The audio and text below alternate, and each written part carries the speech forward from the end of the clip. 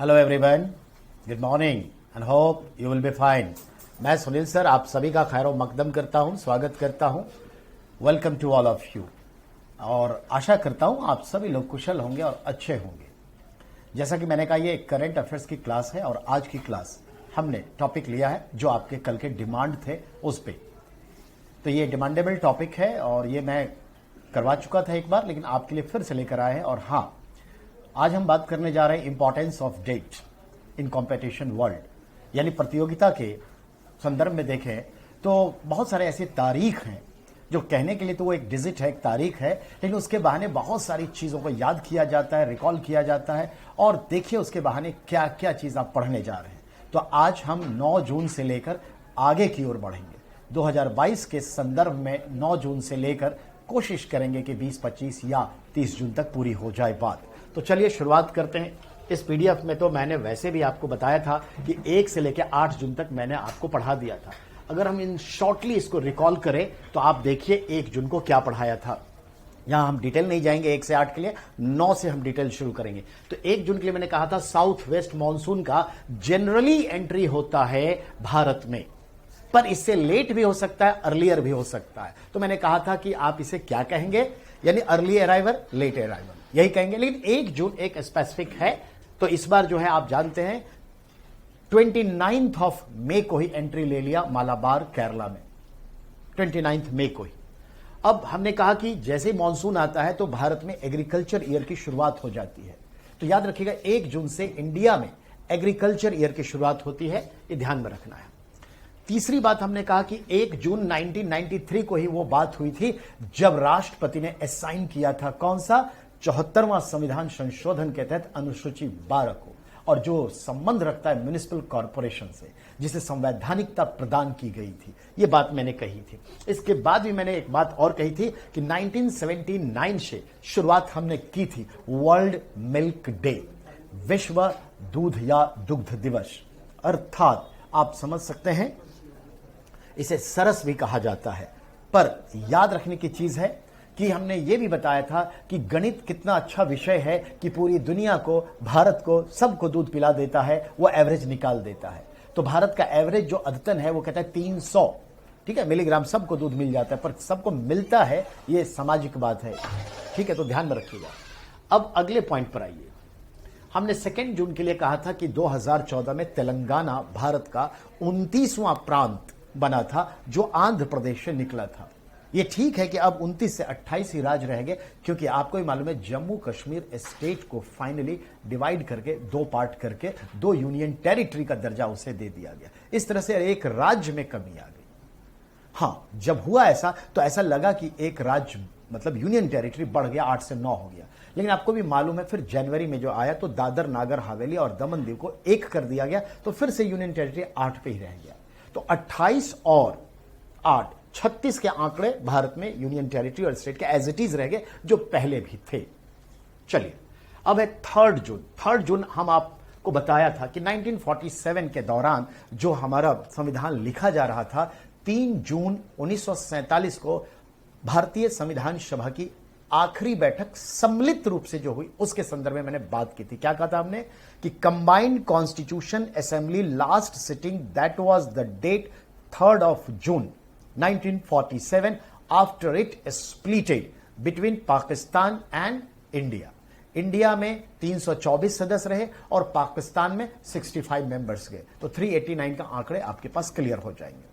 यह अलग बात है कि जब संविधान सभा बट गई और भारतीय संविधान सभा की पहली बैठक 31 अक्टूबर 1947 को हुई तो 299 सदस्य ही थे, क्योंकि वो 24-25 सदस्य नहीं आए। क्यों नहीं आए वो 25 सदस्य? वो कह रहे थे हम अपना देश बनाएंगे। ये है थे कौन? हैदराबाद, जूनागढ़ और जानते हैं जम्मू कश्मीर।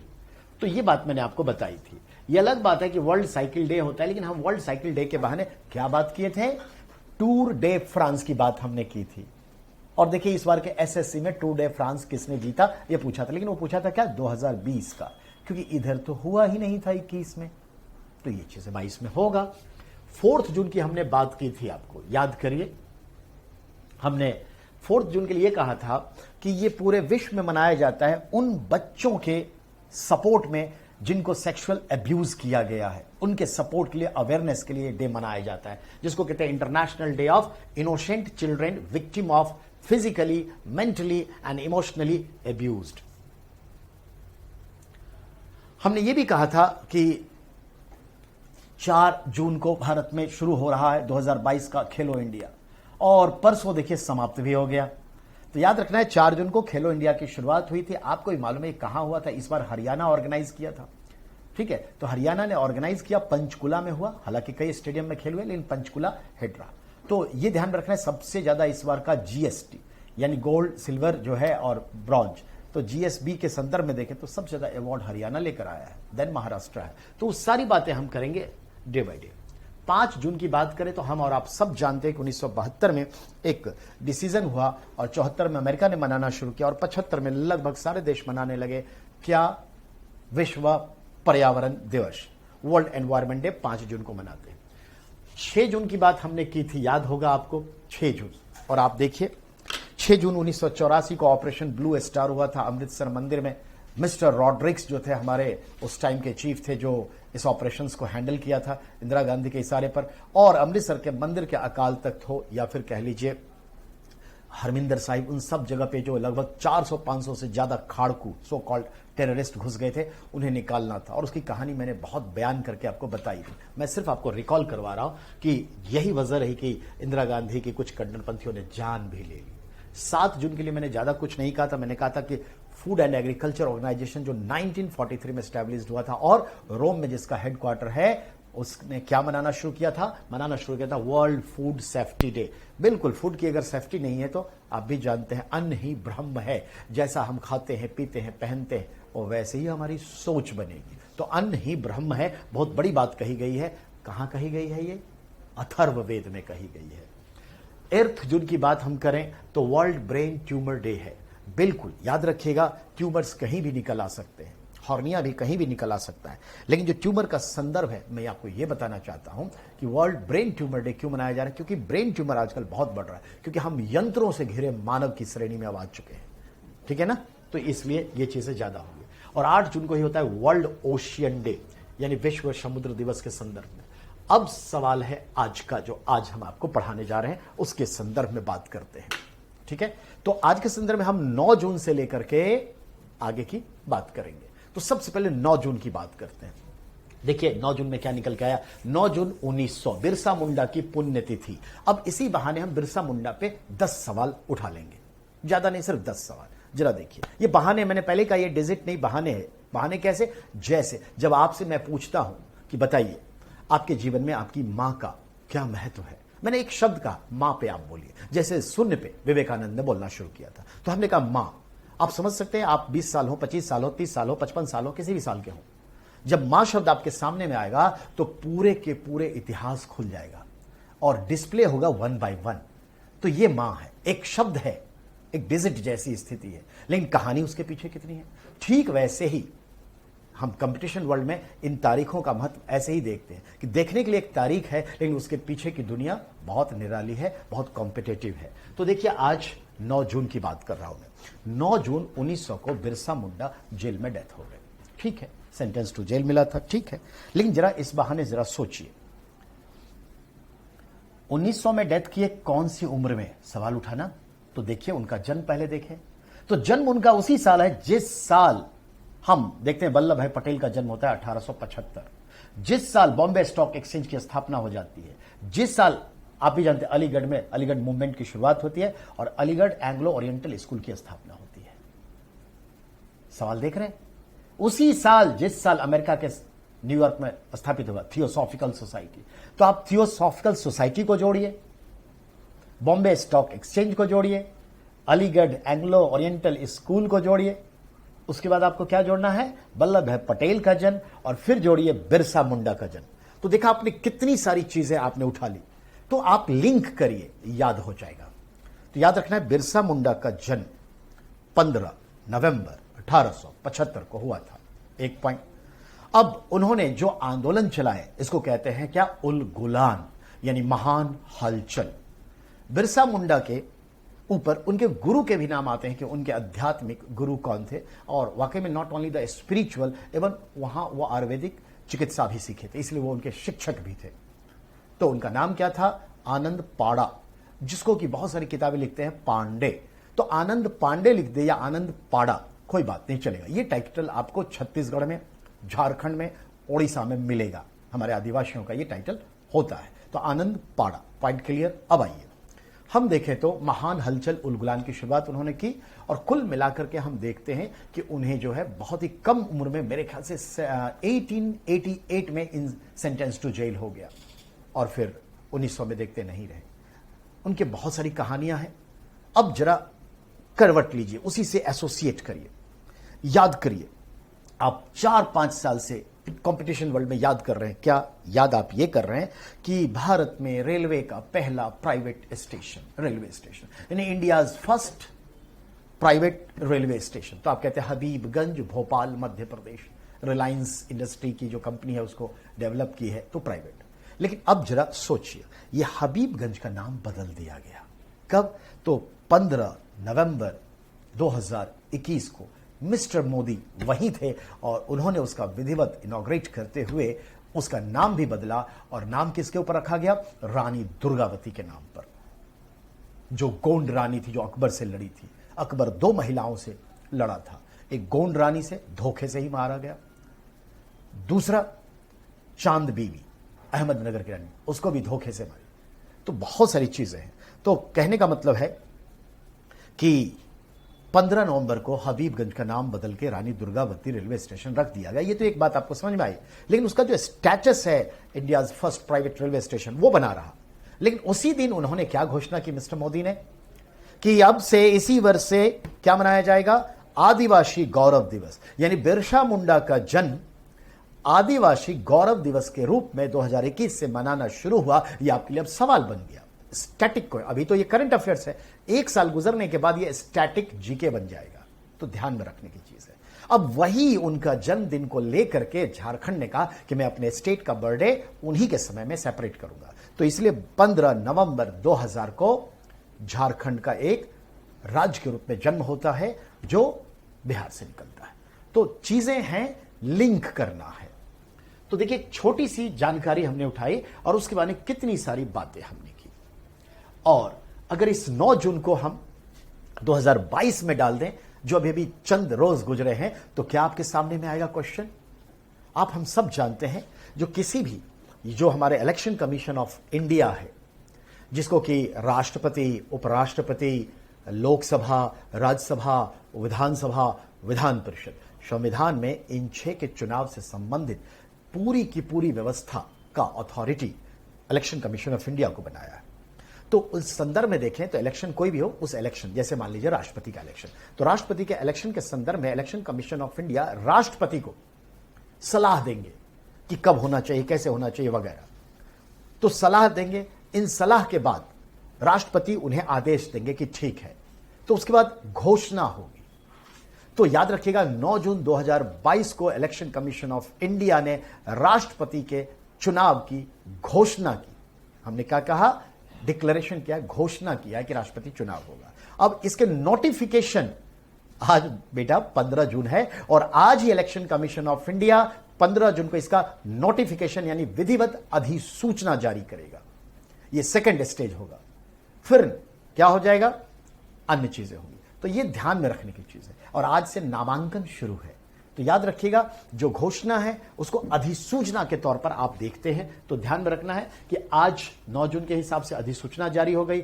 आज 15 तारीख है, नामांकन की शुरुआत हो गई। उसके बाद लोग नामांकन करेंगे, फिर चेकिंग होगी, फिर उसके बाद जो है नामांकन जिन्होंने किया अगर वापस लेना चाहे तो वापस होगा, कैंपेनिंग होगी। फिर उसके बाद क्या होगा? आप भी जानते हैं, प्रोसेसिंग ऑफ वोटिंग होगी, फिर वोट की काउंटिंग होगी। यही चीजें होती हैं। आइए आगे देखते हैं। हम अब बात करते हैं 10 जून। 10 जून का कोई ऐसा सरोकार नहीं है कि हमें याद रखना ही चाहिए, लेकिन हाँ, 11 जून की बात करने में कोई हर्ज भी नहीं होनी चाहिए। क्या है ये? तो समझिए। देखिए, 1770 की बात है, 11 जून की बात है।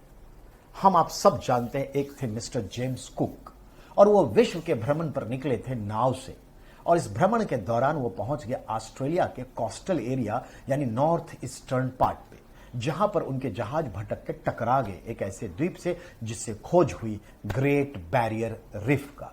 यानी 1770 से पहले दुनिया ग्रेट बैरियर रिफ के बारे में नहीं जानती।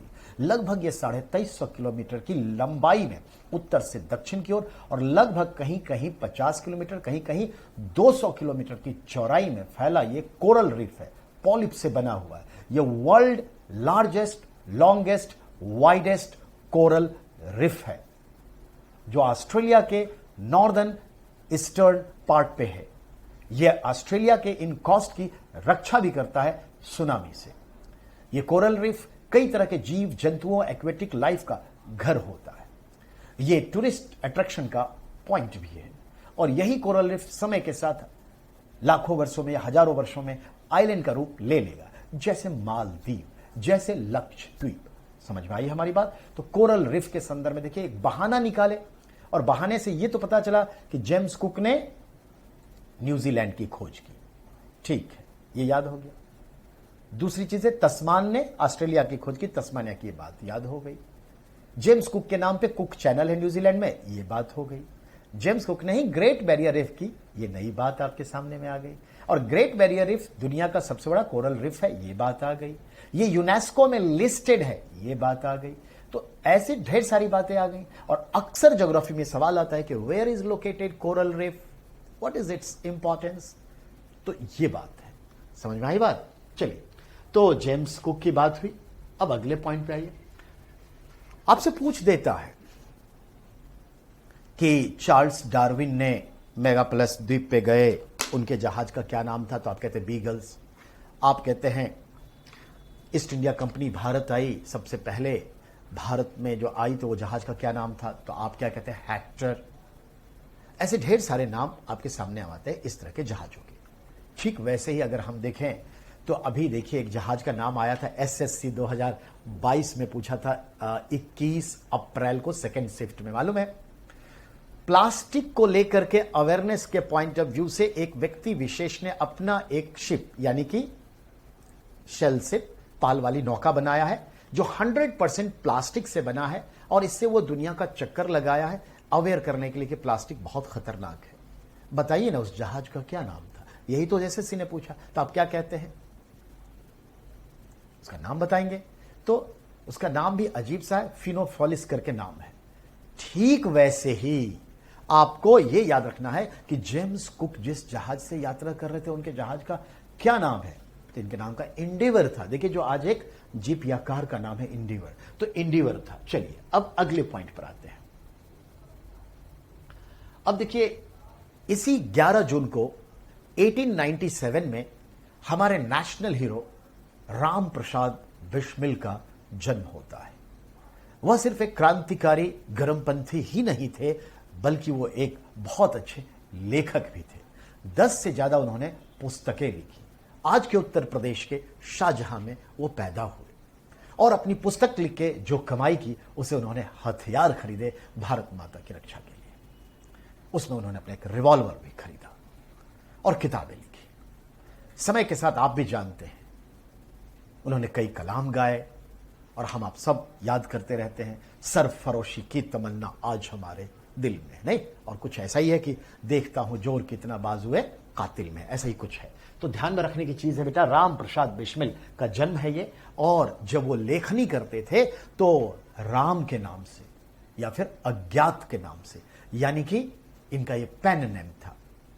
पेन नेम यानी जब कोई व्यक्ति किताब को लिखता है, कविता लिखता है और अन्य नाम से लिखे तो उसे पेन नेम, या जिस नाम से लिखे पेन नेम। जैसे कि हम ऐसे बात कर सकते हैं, हमारे एक हुए धनपत राय जो बनारस के लम्ही में पैदा हुए और कथा सम्राट के नाम से जाने जाते हैं। धनपत राय ने सबसे पहले उर्दू में कहानी लिखनी शुरू की और उर्दू की किताब में कहानी जो लिखते थे तो किस नाम से? नवाब राय। तो ये उनका पेन नेम हुआ धनपत राय का। समय बदला, गांधी जी से मुलाकात हुई। उर्दू में उनकी पहली कहानी सोजे वतन थी। मुलाकात हुई और मुलाकात के बाद वो इंस्पायर्ड हुए और देश के हित में उन्होंने हिंदी में लिखना शुरू किया और हिंदी में अपने नाम रखे मुंशी प्रेमचंद्र। ये भी उनका निक नेम है। तो ये ध्यान में रखना है।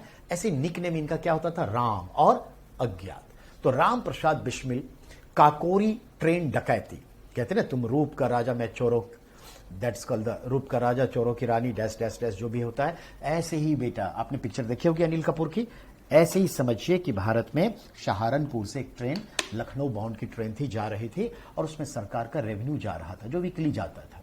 हमने रेकी की और काकोरी ट्रेन डकैती, लखनऊ से थोड़ा 10-20 किलोमीटर पहले काकोरी नाम का स्टेशन है और वहां पहुंचते ही ट्रेन को लूट लिया गया और उस धन से हम लोग वेपन्स खरीदते, ठीक है। एंड फाइनली मतलब जो हमारे राम प्रसाद बिस्मिल को, अशफाकुल्ला खान को, इन सबको इनमें फांसी की सजा हुई। तो राम प्रसाद बिस्मिल को भी फांसी की सजा हुई और ये फांसी उनको 1927 में हुई। और परसों का अगर न्यूज़पेपर पढ़ें तो हम देखें बार बार खोज हो रही थी कि राम प्रसाद बिस्मिल की रिवॉल्वर कहां है। सोचिए 70-75 सालों से ये खोज हो रही थी। एंड रिमेंबर, राम प्रसाद बिस्मिल को जब लगा कि अब हमें फांसी हो ही जाएगी इस केस में, तो उन्होंने सूरज भान या ऐसी कुछ नाम है जिनके यहाँ वो अक्सर आते जाते थे लखनऊ में, उनको उन्होंने बंदूक दे दी थी कि आप इसको संभालिएगा। हालांकि इनको फांसी हो गई। तो जब वो डेथ होने लगे सूरज भान, तो उन्होंने अपने बेटे को कहा कि ये बहुत काबिले तारीफ वाली बात है, ये हमारे हीरो का चीज है, ये नेशनल रिलेवेंस है, इसको बचा के रखना, गलत हाथों में रिवॉल्वर ना जाए। तो बेटा रखा। अब जब वो भी डेथ करने लगे तो अपने दोनों बेटे को कहा कि इसको संभाल के रखना और ये उचित लोगों के हाथ में जाए। मालूम है परसों जो अखबार में आया है दैनिक जागरण में, उसमें लिखा है कि राम प्रसाद बिस्मिल के रिवॉल्वर मिल गए। 11 जून इनका देखा आपने बर्ड और मिल गया। तो जी अब राम प्रसाद के ऊपर भी क्वेश्चन आएगा, ये ध्यान में रखिएगा कि इनका रिवॉल्वर, तो ये चीज है। तो चीजें जोड़िएगा तो बात बन जाएगी। अब आइए नेक्स्ट बात करते हैं, 12 जून की बात करते हैं 2002 की। आप भी जानते हैं 2002 को 12 जून को हमने शुरू किया क्या, आप भी जानते हैं बच्चों के लिए हमने कॉन्स्टिट्यूशन ऑफ इंडिया में 14 साल के बच्चों को आर्टिकल 24 के तहत क्या कहते हैं कि इन्हें काम पे नहीं लगाया जाएगा, खतरनाक उद्योग में नहीं लगाया जाएगा। लेकिन 2014 में मिस्टर मोदी आए तो 14 लास्ट या 15 में उन्होंने एक अच्छे कानून लाए, थोड़े संशोधन किए और कहा गया कि नहीं, जो हजार्डियस इंडस्ट्रीज नहीं है, स्कूल जाते हुए बच्चे कुछ समय के लिए 2 घंटे 4 घंटे के लिए अपने माता पिता, पारिवारिक ब्लड रिलेटिव के बिजनेस में, व्यापार में, उद्योग में, जो खतरनाक उद्योग में हाथ बटा सकते हैं, ट्रेनिंग के पॉइंट से, सीखने के भय से, सहयोग के काम से, साथ साथ काम सीखे। ये बड़ी अच्छी बात उन्होंने की, हकीकत है ये। तो चलिए ये बात हो गई। अब ध्यान में रखना है, तो वही मैं कह रहा हूं, यह क्या है, बाल मजदूरी निषेध दिवस। तो 12 जून को हम क्या मनाते हैं, national anti child labour day मनाते हैं, दैट इज इंपॉर्टेंट। अब आइए 13 जून का कोई खास इंपॉर्टेंस कहीं नहीं दिखता। 14 जून की बात हमने कही थी आपको, कल वार्म अप किया था। तो क्या ये वॉलंटियर लेवल पे वर्ल्ड ब्लड डोनेशन डे होता है, विश्व रक्तदान दिवस। आप भी जानते हैं खून दान महादान कहते हैं, और उसी तरह से लोग कहते हैं आंख का दान जीवन दान कहते हैं, नहीं तो ब्लड।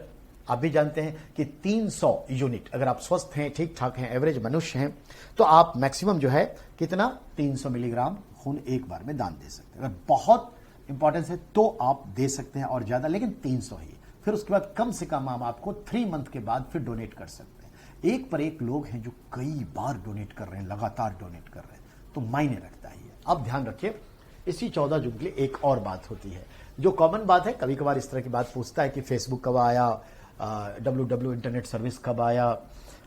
उसी कड़ी में आपसे पूछता है कि यूट्यूब का जन्म कब हुआ। तो 14 जून को कैलिफोर्निया में, कैलिफोर्निया यूनिवर्सिटी के 3 स्टूडेंट्स ने मिल करके यूट्यूब को जन्म दिया। 18 सेकंड का एक वीडियो उसने अपलोड किया था और उसी से शुरुआत हुई। तो जावेद करीम थे जनाब, उसमें मिस्टर चार्ड थे और स्टीव थे, ये सब मिल करके यूट्यूब को जन्म दिया। तो यूट्यूब का जन्म कब है, 2005 14 जून। अब अगले कड़ी में आइए जो बहुत इंपॉर्टेंट है। 14 जून के बाद आज देखिए, जो हम आज आपको ये बात बता रहे हैं, आज 15 जून है और आज का इंपॉर्टेंस मालूम है, इस पे 7-8 सवाल निर्भर करते हैं अगर आपको कॉन्सेप्ट मालूम है तो। मैं आपको ले चलता हूं इंग्लैंड।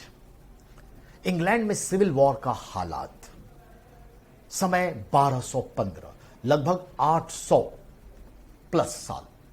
तो इंग्लैंड में सिविल वॉर के हालात थे। लगभग 40 सामांत फ्यूडल्स, रिबेलियंस जो थे अब युद्ध की नौबत में आ गए थे, आपस में लड़ रहे थे।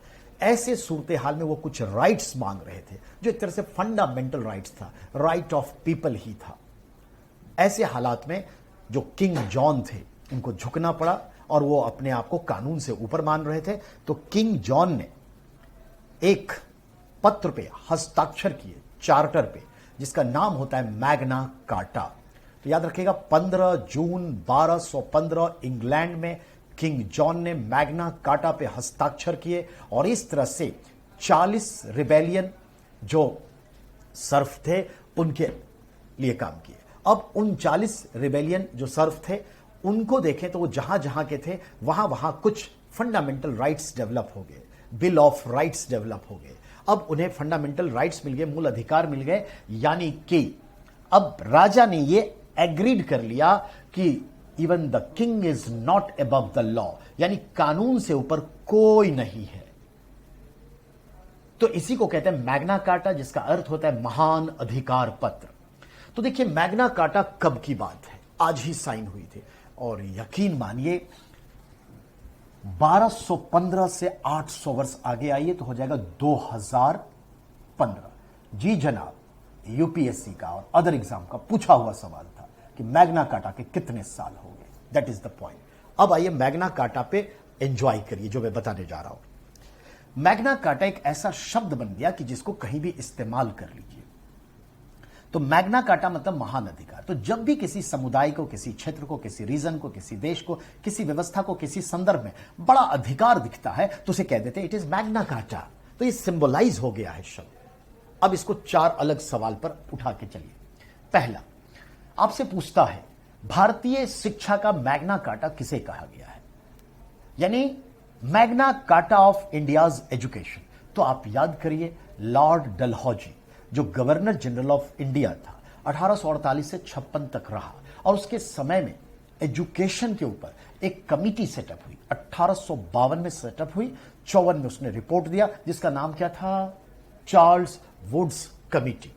उसने जो पत्र दिए, रिपोर्ट दिए, उसे क्या कहेंगे, चार्ल्स वुड्स डिस्पैच। डिस्पैच यानी आलोक पत्र, यानी प्रपत्र।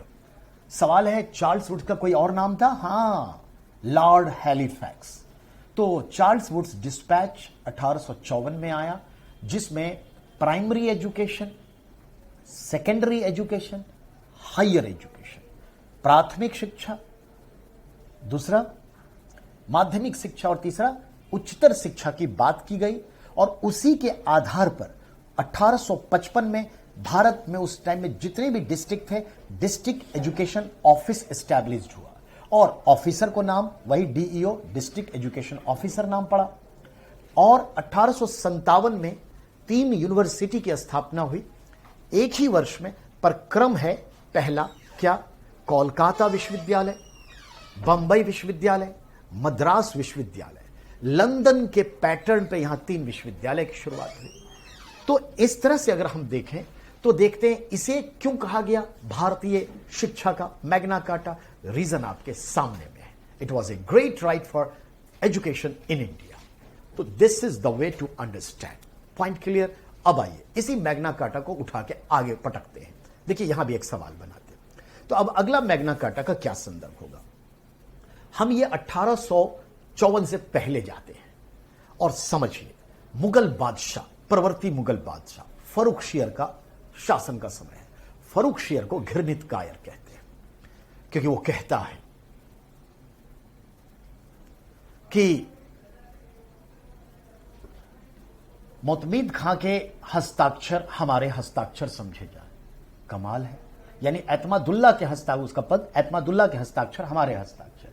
जैसे अगर मान लीजिए कि हमारे मनमोहन सिंह जी कहते थे भाई 10 जनपद के डिसीजन 7 RCR समझे जाएं, यानी सोनिया गांधी के हस्ताक्षर प्रधानमंत्री के हस्ताक्षर समझे जाएं। तो समझ रहे हैं ना हमारी बात। तो कहने का तात्पर्य वही है। तो फर्रुखशियर का समय था जो 1713 से लेकर 1719 तक शासन किया। उसी के पांव में घाव था, गैंग्रीन, छूटे ना छूटे, और ये गर्मी के महीनों में बढ़ जाता है, परेशान। ये बात ईस्ट इंडिया कंपनी को पता चला। कंपनी ने तय किया चलो उसका घाव छुड़ाते हैं और बहुत कुछ मांगेंगे। तो ईस्ट इंडिया कंपनी के 4 नुमाइंदे प्रतिनिधि कोलकाता से चले दिल्ली, राजधानी आ गए, मुगलों की राजधानी, और यहां आकर फर्रुखशियर के दरबार में ठहरे लगभग 1 साल और उसके घाव को छुड़ा दिया। इसमें 4 लोग थे। अबू शहरद नाम का इंटरप्रेटर था, द्विभाषीय, जो पर्शियन लैंग्वेज को, यानी मुगलों की दरबार की भाषा फारसी थी, तो पर्शियन लैंग्वेज को इंग्लिश और इंग्लिश को पर्शियन में ट्रांसलेट कर सकता था। जॉन सुरमन इन चारों का लीडरशिप लिया हुआ था, यानी खुद 4 में एक था। तो जॉन सुरमन के नेतृत्व में ये डेलीगेट्स आया और डॉक्टर हैमिल्टन जो था, जो ये सारी जो है इलाज किया। तो ये चारों मिलकर के जो काम किए, फर्रुखशियर खुश हो गया। क्या क्या चाहते हो? तो कहा, जहां बना, हमें बंगाल, बिहार, उड़ीसा में मुक्त व्यापार की इजाजत चाहिए। तो 1717 में फर्रुखशियर ने ईस्ट इंडिया कंपनी को बंगाल, बिहार, उड़ीसा यानी BOB बॉब में फ्री ट्रेड का राइट्स दिया। बदले में अपने मालिकाना हक को जताने के ख्याल से, मात्र ख्याल से 3000 रुपए एनुअल शुल्क लेना शुरू किया कि ये आपका एनुअल शुल्क है। और आप पूरे इस 3 राज्यों में, तब एक ही राज्य हुआ करता था, कहने के लिए काउंट करवाते हैं आप लोगों को 3 राज्य, इन तीनों में इसको जो ईस्ट इंडिया कंपनी के माल होते थे, गुड्स होते थे, वह किसी भी टोल टैक्स के चुंगी से निकलेगा, उसे चुंगी नहीं देनी है, टैक्स नहीं देना है। तो टैक्स फ्री हो गया, उसके माल सस्ते हो गए, जिससे इंडियन के माल महंगे साबित हो जाएंगे। और इस बहाने ईस्ट इंडिया कंपनी के बड़े बड़े ऑफिसर्स अपने पर्सनल ट्रेड करने लगेंगे और चुंगी के जगह पे, पोस्ट पे वो कहेंगे, ना ये तो ईस्ट इंडिया कंपनी का माल है। तो इस तरह से काफी लॉस होने लगा था, जो मीर कासिम को बर्दाश्त नहीं होगा और वो 2-2 हाथ करेगा, जो बक्सर के युद्ध का परिणाम हो जाएगा। तो कुल मिलाकर के हम बात कर रहे हैं बेटा 1717 का जो सनद है, चार्टर है, जो फर्रुखशियर ने ईस्ट इंडिया कंपनी को दिया बंगाल, बिहार, उड़ीसा में मुक्त व्यापार का, इसे क्या कहते हैं? इसे कहते हैं Magna carta of east India company. तो 1717 मैग्ना कार्टा, 1854 एजुकेशन का। अब इससे आगे हम बढ़े तो कहां है? तो हम पॉलिटिकल साइंस में आएंगे, कॉन्स्टिट्यूशन में आएंगे। और कॉन्स्टिट्यूशन में हमारे जो 22 पार्ट थे, आज भी 22 हैं, काउंटिंग के लिए 25 हैं। ठीक है ना? तो ध्यान में रखना है, कहीं भी आपको 23वां 24वां नहीं मिलेगा, यह मिलेगा 4-1, यह मिलेगा 9-1, यह मिलेगा। तो याद रखना है, हमारे पार्ट में एक पार्ट है पार्ट 3, जिसमें कि आर्टिकल संख्या 12 से लेकर 35 तक है, जो मूल अधिकारों का वर्णन करता है। तो फंडामेंटल राइट्स से रिलेटेड जो आपके बंच ऑफ आर्टिकल्स हैं, जो अंडर पार्ट 3 रखा गया है, इस पार्ट 3 को मूल अधिकारों से संबंधित मानते हैं और कहते हैं और है। तो इसी पार्ट 3 का नाम है the Magna carta of India's education. भारतीय संविधान का मैग्ना कार्टा किसे कहा गया है? तो कहेंगे भाग 3 को कहा गया है। किसे कहा गया है? तो मूल अधिकारों को इकट्ठा कहा गया है। तो इस तरह से बात होगी। बात समझ में आई? अब अगले पॉइंट पर भी आइए। अब एक और चौथा मैग्ना कार्टा है, इसको भी समझिए बेटा। हम जानते हैं हमारे मिलिट्री के कई केसेस होते हैं, डिमोशन के, प्रमोशन के, पेंशन के, फर्जी कागजात के, मिसबिहेव के, बहुत सारे होते हैं। और ये केसेस भी जनरल कोर्ट में आया करता था। इस जनरल कोर्ट की वजह से डिले भी होता था, क्योंकि यहां तो हम जब पढ़ाई कर रहे थे तो हम सुनते थे कि 1,80,00,000 केस भारतीय न्यायिक व्यवस्था में पेंडिंग चल रहा है। अब मैं पढ़ा रहा हूं आपको, और पढ़ाने के टाइम से हमने कहा 2,80,00,000 है, और आज मैं कह रहा हूं 3.5 करोड़ प्लस केस पेंडिंग चल रहे हैं। सोचनीय बात है ना? तो इसी संदर्भ में कह रहा हूं कि जब न्यायालय में सेना से जुड़े कोई केस पेंडिंग होंगे और टाइम लगेगा, तो वहां पर हतोत्साहन बढ़ेगा, डिस्करेजमेंट बढ़ेगा, और हमारे सेना के अंदर की गोपनीय बातें, जिसको सेक्रेट रहना चाहिए, वो ओपन हो जाएगा पब्लिकली। तो इन सब को ध्यान में रखकर देश की सुरक्षा के हित में, और जितनी जल्दी हो सजा हो या सुनवाई हो, बरी हो जाना चाहिए। अंततः 2008 में दिल्ली में इंडियन आर्मी कोर्ट की स्थापना हुई, जो एक्चुअली क्या है? ट्रिब्यूनल है, पंचाट है, जब आप पंचाट शब्द कहते हैं तो यहां दो शब्द का जिक्र होगा। Administrative cum judiciary power goes to which organization is consider tribunal. जब किसी संस्थान को हम न्यायिक अधिकार का, ठीक है, और साथ में प्रशासन का अधिकार देते हैं तो वह पंचाट कहलाता है, ट्रिब्यूनल कहलाता है। जैसे एनजीटी, जैसे कैट, और ऐसे बहुत है, रिवर ट्रिब्यूनल। तो कुल मिला के याद रखेंगे ये हाई कोर्ट के बराबर का स्टेटस है। अगर आप यहां पर अपने मुकदमे लाते हैं और सब ठीक है, if you are not satisfied then you have to go supreme court. ठीक है, यही चीज है। तो कुल मिलाकर के भारत में पहली बार 2008 में इंडियन आर्मी कोर्ट की स्थापना नई दिल्ली में हुई, जिसका दर्जा उच्च न्यायालय के बराबर है। इसको कहा गया है the Magna carta of India's army, India's military. तो भारतीय सेना का मैग्ना कार्टा किसे कहा गया है? दिस इंस्टीट्यूशन, दिस कोर्ट को कहा गया है। तो दैट इज द इंपॉर्टेंट। आपने देखा, हमने एक शब्द उठाया मैग्ना कार्टा, और उसको ऐसे हमने ऑपरेट किया कि आपके 5-7 सवाल क्लियर हो गए पूरे फुल कॉन्सेप्ट के साथ, और आप 10 इयर्स पलट लिए। नहीं आया हो सवाल तो फिर हमसे पूछिएगा। नेक्स्ट की बात करते हैं। तो 15 जून पे हमने बहुत सारी बात आपसे की। अब बात करते हैं 15 जून में एक और बात है। देखिए, आज 15 जून है, वर्ल्ड विंड डे मनाते हैं आज। वर्ल्ड विंड डे का क्या मतलब है? यानी वायु दिवस। हाँ जनाब, वायु दिवस। लेकिन क्यों ऐसा कर रहे हैं? तो ध्यान दीजिए, ग्लोबल वार्मिंग से हम और आप सब त्रस्त हैं। यह वैश्विक तापन किसी को नहीं छोड़ेगा, बिल्कुल सही बात है। दूसरी बात, अगर हमें इसे कम करना है तो कई कारण, कई तरीके हो सकते हैं। So number of factors to reduce it.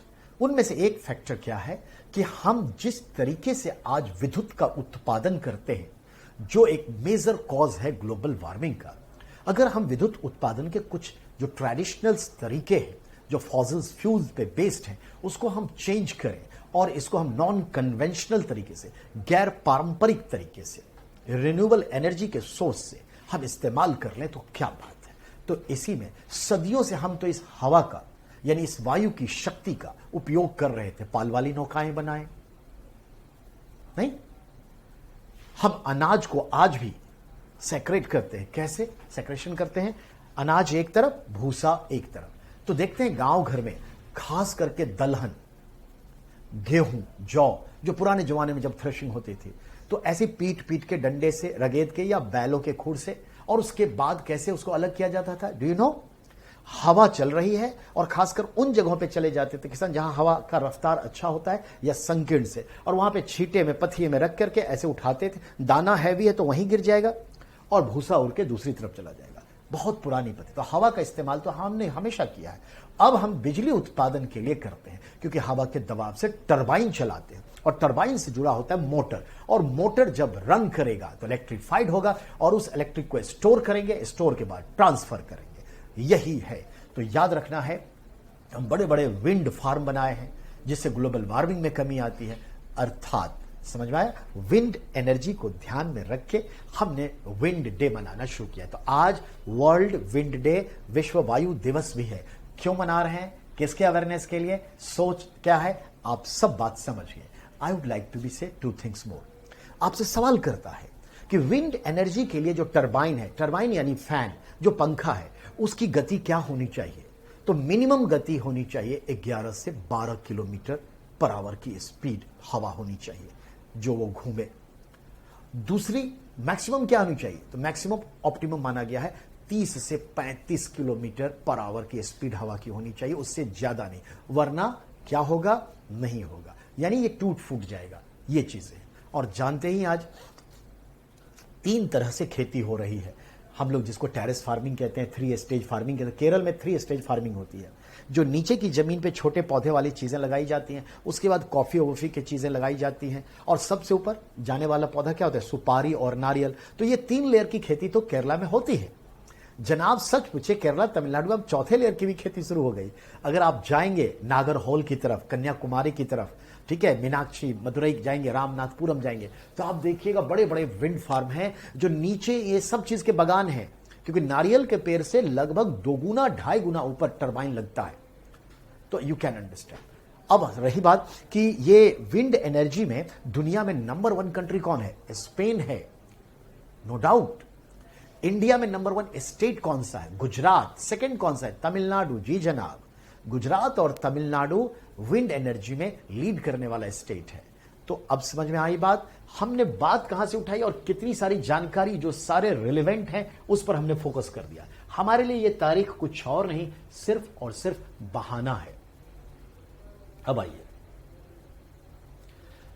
कल होने जा रहा है 16 जून।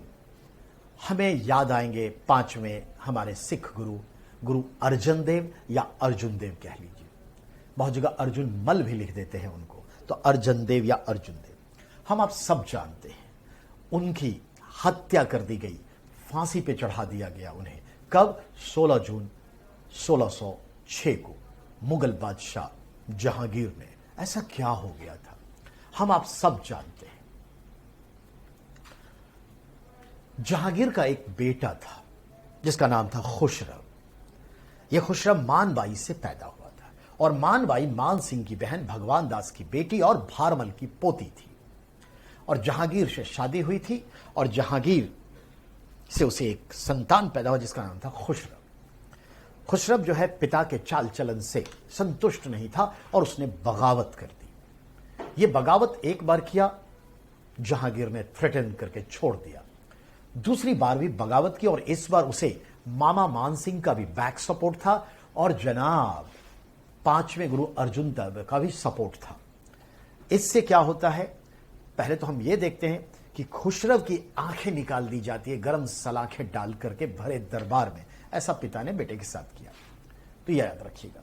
एक तो ये दुख बर्दाश्त नहीं कर पाई उनकी मां मानबाई, और अफीम तो घर में पड़ा रहता था। जहांगीर तो एडिक्टेड था, अफीमची था, तो वो अफीम खा ली और सुसाइड कर ली। और आपके लिए सीधा एक सवाल आ गया कि वह मुगल रानी कौन थी जो अफीम खाकर आत्महत्या की? रीजन भी समझ गए और सवाल भी समझ गए, तो बचा क्या? अर्जुन देव। अर्जुन देव को पकड़ लिया गया और उन्हें फांसी की सजा दी गई। और छठे गुरु जो थे हरगोविंद, उन्हें ग्वालियर के जेल में कैद कर दिया गया और कुछ दिनों के बाद उन्हें छोड़ा लिया। मालूम है क्यों? राजनीति सीखिए। अर्जुन देव को अब मार दिया गया और इन्हें हरगोविंद को कैद कर लिया गया ग्वालियर के जेल में। अब इसी बीच जो है जहांगीर ने समय के साथ अपनी चौथी शादी की और अपनी पूर्व प्रेमिका से शादी की 1611 में मेहरू निशा से, जिसे टाइटल दिया नूर महल। फिर भी दिल न भरा तो कहा नूर जहां, जहां की रोशनी है वो। और फिर ये हनीमून के लिए जाएंगे कहां? कश्मीर। तो कश्मीर जाएंगे, रास्ता क्या है दिल्ली से, आगरा से? आप भी जानते हैं, पंजाब। और पंजाब का शेर कौन है? सिख। और सिख का गुरु कौन है? हरगोविंद। और हरगोविंद कहां है? ग्वालियर के जेल में। तो आपको नहीं लगता कि सिख और मुगलों के बीच में संघर्ष तो जारी है? तो क्या ये सिख डिस्टर्ब नहीं करेंगे इन जनाब को हनीमून पर जाने के वक्त? बिल्कुल जनाब। तो ठीक उससे पहले इसने क्या किया? ग्वालियर के जेल से हरगोविंद को कैद से मुक्त किया, उसके साथ दोस्ती किया और कहा चलो मेरे साथ कश्मीर। ये ढाल बना लिया उसे और कश्मीर गया। कश्मीर की वादियों में जहांगीर पहुंचा तो आपको मालूम है कश्मीर को देखे जहांगीर ने क्या कहा? अगर फिरदौश बाएरो जमी अस्तो हमी अस्तो हमी अस्तो हमी अस्तो। यानी फिरदौश अगर वाकई तूने कहा है कि जमी पे कहीं स्वर्ग है तो यही है, यही है, यही है। अर्थात कश्मीर को स्वर्ग किसने कहा, जन्नत किसने कहा? ये शब्द किसके हैं? जहांगीर के। हनीमून चलता रहा और जनाब कश्मीर में बैठे और बाग बगीचे लगाते रहे। तो याद रखेंगे इस यात्रा में हरगोविंद भी थे, छठे गुरु, जहांगीर भी थे, उनकी पत्नियां भी थीं और खासकर चौथी पत्नी तो थी नूरजहां। और बेटे ने भी शाहजहां ने शादी किया था 1 साल बाद 1612 में, जो नूरजहां के भतीजी से आसफ खां के बेटी से किया था, जिसका नाम था अर्जुमंद बानो बेगम, जिसे ताजमहल यानी मुमताज महल का टाइटल दिया था। बाप बेटा, सास बहू और Asaf Khan the prime minister, Noorjahan का भाई, ये सब थे हनीमून पे, सब गए थे। राजा है तो साथ तो सब चलेगा। तो याद रखें। और आपसे सवाल जो आगे पूछेगा उसको भी मैं यहां पे पॉइंट कर दूं। कश्मीर की वादियों में देख करके दिल लगा और उसने एक बाग बगीचे लगाए। तो जहांगीर ने एक बाग लगाया जिसका नाम रखा शालीमार बाग। फिर शाहजहां ने कहा पापा मैं भी एक बगीचे लगा लूं, तो कहा तुम भी लगा लो। तो उसने भी एक बगीचे लगाए, जिसका नाम पड़ा क्या? चश्म ए शाही। तो आसफ खान जो कबाब में हड्डी है, जो प्रधानमंत्री है, जो नूरजहां का भाई है, उसने कहा तो मैं ना लगाऊं बाग, कहा तुम भी लगा लो। तो उसने भी एक बगीचे लगाया, जिसका नाम रखा गया क्या? निशात बाग। तो जनाब निशात बाग, चश्मे शाही, शालीमार बाग, ये तीनों इंटरकनेक्टेड हैं, जाखम हिल्स के नीचे हैं, होटल ताज के पीछे है, वुलर लेक के पास है, डलगेट नंबर 3 के पास। और याद रखें एक लंबे रेक्टेंगल शेप में है और इसी का नाम है मुगल गार्डन। इसलिए जब भी सवाल करें where is located Mughal garden, your answer will be Srinagar. ठीक है, ये याद रखना है। सेकंड क्वेश्चन भी सुनिए, जब आपसे ये पूछे where is located Mughal garden in Delhi, then talking about the replica of real Mughal garden that developed by the Lord Irwin inside of the campus of the Raisina Hills, यानी regal lodge, vice regal lodge, Rashtrapati Bhavan के अंदर। तो बोलिएगा ये यहां है, real कहां है, समझ गए? तो this is the relations. In that respect I would like to be say about कि हैंग टिल डेथ वाली बात हमने की थी। अब जो है हम बात करें, ये सवाल आपसे पूछा है कि 17 जून को क्या होता है। मैं आपको बताऊं क्या होता है 17 जून को। मैंने यहां कोट नहीं किया, लेकिन मैं आपको बताता हूं। अभी हमने बात करी थी एक प्यारी सी खूबसूरत सी लड़की की, जो नूरजहां की भतीजी थी, आशफ खान की बेटी थी, अशमत बेगम की पोती थी। अर्जुमंद बानो बेगम की शादी हुई थी 1612 में खुर्रम से। खुर्रम यानी शाहजहां, जिसकी रगों में राठौरों का खून बहता था। जगत गोसाई जिसकी मां थी, यानी जोधाबाई। तो याद रखने की चीज है, मुमताज महल चौथे नंबर की बेगम मानी जाती है शाहजहां की। कुल 7 बेगमों का जिक्र होता है और चौथे नंबर की यह बेगम शादी होती है 1612 में। और जरा गौर फरमाइएगा, मुमताज बेगम अपने 14वें बच्चे को जन्म देते हुए 17 जून 1631 को आज के मध्य प्रदेश के बुरहानपुर में प्रसव वेदना से मृत्यु की शिकार हो गई। समझ में आई बात? 19 वर्ष के वैवाहिक जीवन में ये शाहजहां के 14 बच्चों की मां बनी और कहलाती हैं सबसे बढ़िया पत्नी, यानी सबसे ज्यादा मोस्ट बिलव्ड वाइफ कहलाती है। You can understand what was the situation of a female that time. तो 19 वर्ष के वैवाहिक जीवन में 14 बच्चों की मां बनी। 14वें बच्चे को जन्म देते हुए लेबर पेन, प्रसव वेदना की शिकार हुई और डेथ कर गई। ये क्वेश्चन बार बार आते हैं। ये थी हमारे मुमताज महल, एक कैरेक्टर ऑफ हिस्ट्री। ये 17 जून को ही मृत्यु को प्राप्त हुई थी। एंड रिमेंबर, कहां? आज के मध्य प्रदेश के बुरहानपुर में। जनाब आगरा से ग्रैंड ट्रंक रोड यानी शेरशाह सूरी ने जो सड़क बनाई थी, उसके एक ब्रांच बुरहानपुर जाते थे। आगरा से वीआईपी प्लेस था, मार्केटिंग प्लेस था, ट्रेड सेंटर था बुरहानपुर। तो याद है, सेंट्रल इंडिया का। तो ये बुरहानपुर पहले वहीं लास्ट दफन थी, बाद में ताजमहल आगरा आ गया। ये ध्यान में रखने की चीज है। तो देखा आपने, इन 14 बच्चों में से समय के साथ 7 बच्चे काल कलवित हो गए और 7 छोड़ दिए इन कंपटीशन वर्ल्ड के लिए, जिनमें 3 बला की खूबसूरत बेटियां थी इनकी, जिनका नाम होता है जहां आरा, रोशन आरा, गौहर आरा। और 4 पुत्र थे जिनका नाम होता है दारा शिको, औरंगजेब, शुजा और मुराद। तो जनाब बात यह है 17 जून की। ठीक है, अब आइए, अब हमारे पास 18 जून है। ठीक है, और इसका क्या इंपॉर्टेंस आएगा? तो कोई बड़ा इंपॉर्टेंस नहीं है। हम जानते हैं ऑटिज्म एक बीमारी है और इससे पीड़ित लोग बड़ी कष्ट जीते हैं। तो वर्ल्ड ऑटिज्म अवेयरनेस डे के रूप में यह मनाया जाता है, ये ध्यान में रखेंगे। वर्ल्ड पिकनिक डे भी लोग पूछ देते, पर उससे कोई बड़ा चीज नहीं है कि चलिए 18 को वर्ल्ड पिकनिक। अब बात करें 19 की। आप भी जानते हैं सिकल सेल एनीमिया एक बीमारी होती है, सिकल सेल एनीमिया, और इसमें लोग बहुत कमजोर हो जाते हैं। और भारत जैसे देश में माल न्यूट्रिशन है, कुपोषण है, इतने सारे विटामिन डेफिशिएंसी डिजीज हैं, मिनरल डेफिशिएंसी डिजीज हैं, और हर 5 में से 2 महिला को यहां एनीमिया है। हकीकत है। यह अलग बात है कि भारत में भी अब शहरों में भी हर 10 में से 3 महिलाएं अपने वजन से ज्यादा हैं, यानी ओबेसिटी की शिकार है। यह अलग बात है। बॉडी मास इंडेक्स उनके फिट नहीं है और पुरुष के भी यही हाल होते जा रहे हैं, यानी हम अमेरिकन काउच पोटैटो बनते जा रहे हैं। कुल मिला के जो बात होती है तो world sickle cell anaemia awareness day के रूप में 19 तारीख को मनाया जाता है। और 20 जून तो आप भी जानते हैं जो आज सबसे बड़े विषय हैं। 20 जून को वर्ल्ड रिफ्यूजी डे मनाया जाता है, विश्व शरणार्थी दिवस मनाया जाता है। यू नो वेरी वेल विश्व शरणार्थी दिवस क्या होता है, नहीं समझना चाहिए। हम जानते हैं शरणार्थी की समस्या आज बहुत विकराल होती जा रही है। हमें लगा था कि 2005 और 10 के बीच में हम इस समस्याओं का हल कर लिए, पर यह हल नहीं हुआ। लगभग 70 लाख प्लस यूक्रेन के स्थानीय निवासी अन्य देशों में शरण लिए हुए हैं। सोचनीय बात है। अफगानिस्तान के लगभग 1.5 लाख लोग भारत में रह रहे हैं। म्यांमार से रोहिंग्या, आप समझ रहे हैं, पूरी दुनिया में गया और हमारे कश्मीर में भी तो है ही ऑलरेडी 13,000 से ज्यादा रोहिंग्या। और पाकिस्तान, बांग्लादेश में तो हालत खराब किए हुए 3.5 लाख रोहिंग्या।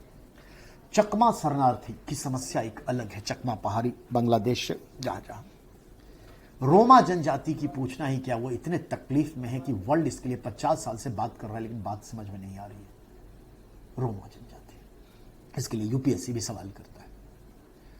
तो दुनिया में बहुत सारे हैं ऐसे रिफ्यूजीज के प्रॉब्लम्स, उसके पीछे बहुत सारी चीजें, अशांति, अराजकता, अनरेस्टनेस, इनसिक्योरिटी। तो यूक्रेन का मामला, अफगानिस्तान का मामला, सीरिया का मामला आप हर जगह देख रहे हैं। कब हम बदलेंगे, कब इस समस्या को समझेंगे। देश के भीतर भी हम रिफ्यूजी हैं। ये जो कश्मीर की समस्याएं हैं, इट्स ए ग्रेट प्रॉब्लम, तो ये ध्यान में रखना। तो वर्ल्ड रिफ्यूजी डे है। इसके साथ ही हम आपको विराम लेते हैं और फिर हम अगले वीडियो में अभी आज ही 21 जून से लेकर 30 जून की बात करेंगे। तो till then wait, take care and फिर मिलते हैं कल। Bye bye.